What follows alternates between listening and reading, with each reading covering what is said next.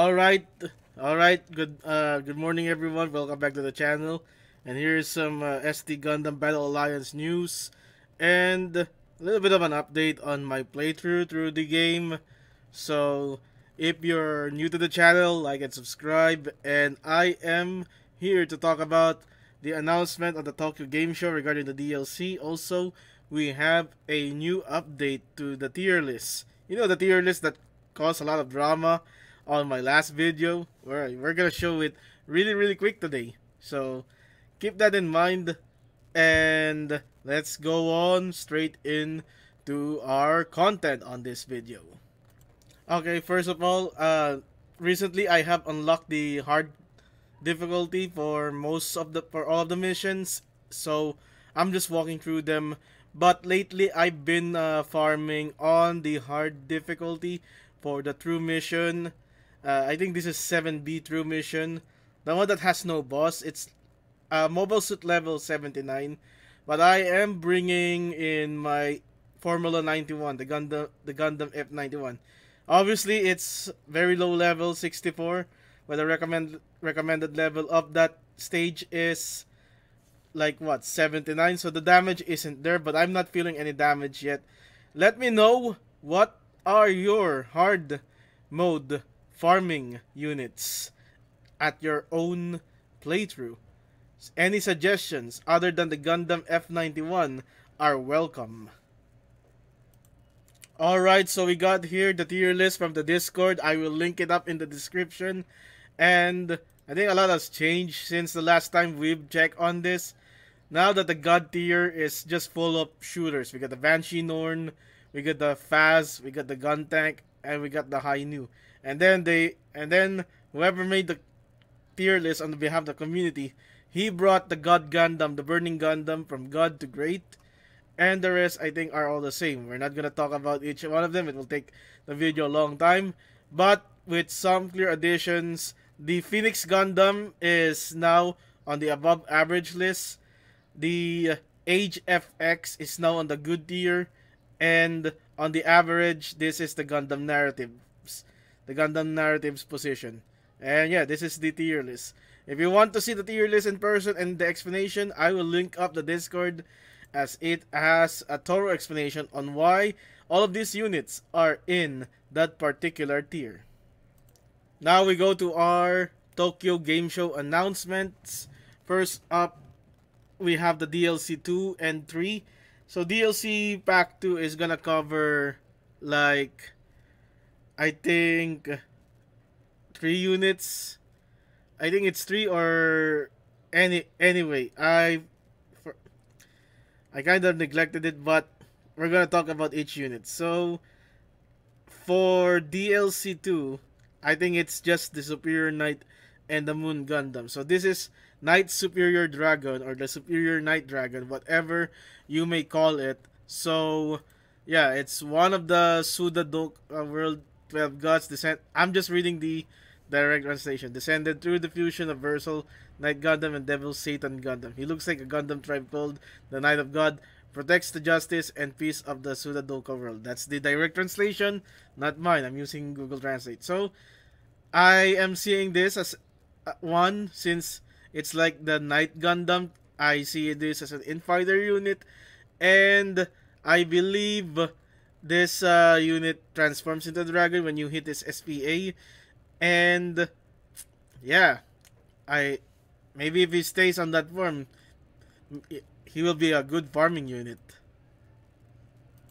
Thoughts on having another SD unit? I'm not surprised they have added an SD unit, considering that this is an SD Gundam game.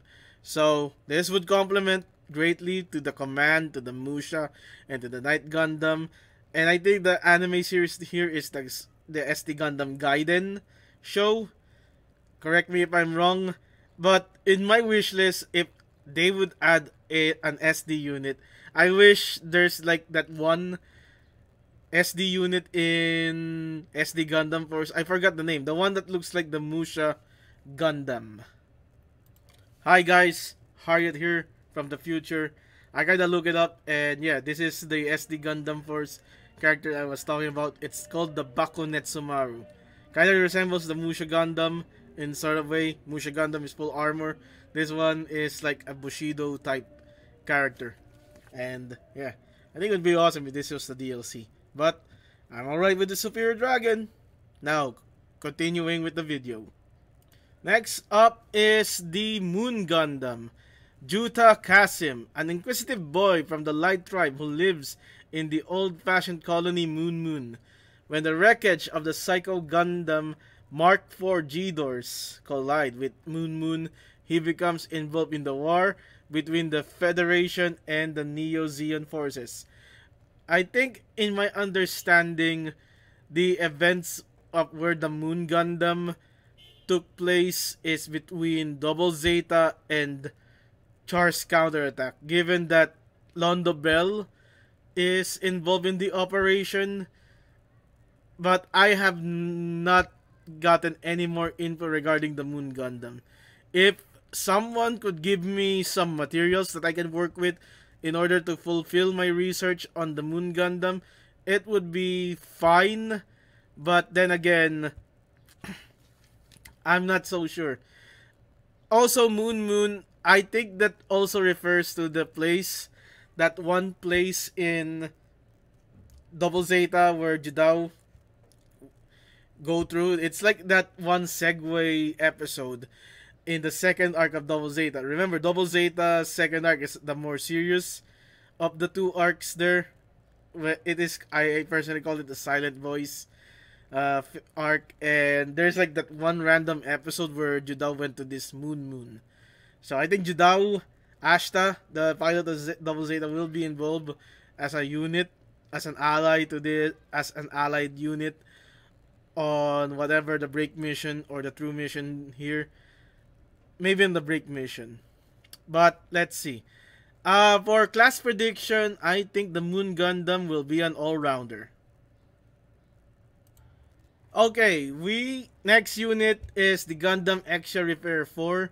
This is, I think, part of DLC 3, if I'm not mistaken. So, Graham Aker is your pilot. He will be piloting the Exia Repair IV on this. And the plot here is, although he was on the verge of death in the battle with the ELS, he survived by assimilating with the ELS and returned to Earth. As proof, parts of the body turned to metal and his green eyes are gold. So this is based on the Awakening of the Trailblazer movie. I've recently watched that movie, The Awakening of the Trailblazer. It was a very divergent Gundam film in that they face up against aliens, extraterrestrial, living metal shape-shifting thing, or I forgot it's the ELS. They're like these mercurial blobs that shapeshifts. It's kinda weird to see a Gundam show or Gundam movie and the main antagonists are aliens, because normally Gundam is humans versus humans, and that and super robot genres are the ones that goes humans versus aliens. But yeah, on the side of things, I never remembered Graham Aker surviving on the movie when I watch it. I remember Graham Aker rammed his Soul Blade mobile suit to the fortress of the ELS, that huge round thing, and dying. I never remembered having the Exia Repair IV. Also, how many repair units does the Exia have? There's the Repair 1, which is shown in the first episode of Season 2 of Gundam 00. That's the one where it has a cloak and it's missing an arm and a leg. I think that's the one. I don't know what the Repair 2 unit, the Repair 3 unit is. The Repair 2 is the one that faced off against the old Gundam at the end of Season 2. I'm not sure what the Repair 3 is. I might have missed that on the movie or something. And Repair 4, I have no memory of this showing in the movie. Maybe it's a spin-off, or like there's a novel or a manga that ties in with the movie. If you can give me some materials to work on it, I'll look into it. And then for class predictions, I am thinking that the Exia Repair for like the Exia and the Double O Riser, it's gonna be an infighter. Okay, guys, before we go to the next two units, since I've talked about Awakening of the Trailblazer, I have been doing some additional Gundam contents on my off screen, and I was watching and recently finished the Gundam Double O, Double O Awakening of the Trailblazer, Gundam Double X, I mean Gundam X afterward, Gundam X, and I am currently watching Iron Blooded Orphans because I want to know what the fuck is the meme that a gym can beat the Barbatos. I want answers. Also, if you can comment what I want to watch next, I'm thinking it's either Turn A Gundam or the Victory Gundam. But let me know, what do you want me to watch next? Turn A or Victory? We got two units from Gundam Hathaway Flash, whatever you want to say it. And I think I'm watching it on Netflix part by part, not all the way around. So I'm really like on the early stages of the movie. But what I've read is that the Penelope looks like a huge chicken. Yeah, this is the Penelope Gundam, piloted by Lane Aim. I don't think I have met him yet because I'm still at the part where Hathaway Noah is in the hotel in Davao, so I haven't seen him yet in the movie. But as I've read this profile, a member of the Earth Federation Forces Multi-Extermination Unit deployed at the Davao Air Force Base. I may have met him on the side, I don't know. But yeah, judging by how it looks like a Mega Ultra Chicken, I'm thinking that the Penelope Gundam is a sharpshooter. Yeah. So now we got on the part where I got spoiled. This is wrong spelling, by the way, Mufti. Yeah. So Hathaway Noah is Mapti Nuvu Erin, the terrorist leader, or like the leader of the terrorist group Mapti. And I never knew that. I thought Mapti was the guy in the pumpkin head. But shit, I got spoiled by this. So let's look at the Xi Gundam. I believe this unit as how the main Gundam units are treated as all-rounders. It's gonna be an all-rounder. The Xi Gundam is gonna be an all-rounder. So Mapti Navu Erin is the leader of the Anti-Earth Federation government movement Mapti. His true identity is Hathaway Noah, the son of Bright Noah, commander of the 13th Independent Fleet of the Earth Federation Space Forces. So yeah, this is what I've read so far as a synopsis to Hathaway Flash is this Hathaway Noah is kind of doesn't still has PTSD, I think, on what happened in Char's counterattack. He still has quests Pariah on his mind. Maybe I'll find out sooner or later when I watch through the Mobile Suit Gundam Hathaway movie. Maybe I'll finish it just to get a little bit of more info regarding the Z Gundam. And that's it.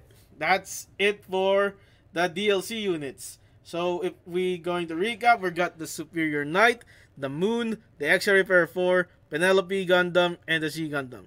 My thoughts? I think there's a lot of love to the Universal Century, and I'm pretty shocked that there's another Double O unit that is going to be given. We have a lot of Double O units, and I think the other franchises, I made a video about underrepresented franchises like Wing and G Gundam, and if there would be a season 2, I wish those franchises would have their DLC units. I mean, I would pay for a heavy arms on this game. So, will I buy the DLC? Considering that the max cap level, I think it's 90. Correct me if I'm wrong, 90. Or maybe when these two DLCs are released, it's gonna be raised to 100. It's DLC lock. So if I really want to max out my unit, sure, I'll buy the DLC. But when it comes to narrative, age, a superior Knight Gundam, a Moon Gundam who I have no idea how to discuss it, Exia Repair IV, the only DLC units that I'm looking forward to are the Hathaway units, the Penelope and the Xi Gundam. So if I may buy the DLC, maybe if they're on sale, I would consider it. So yeah, the DLC on the Nintendo Switch is $25 if I'm not mistaken. So if it's on sale, maybe I'll pick it up, but I'm not sure if I'm gonna buy the season. So that is my take, and how we check out the units for Gundam. Thank you for watching. This is Harriet. Like and subscribe, share, comment on the video. What do you think of the DLC units? Have a good day and goodbye.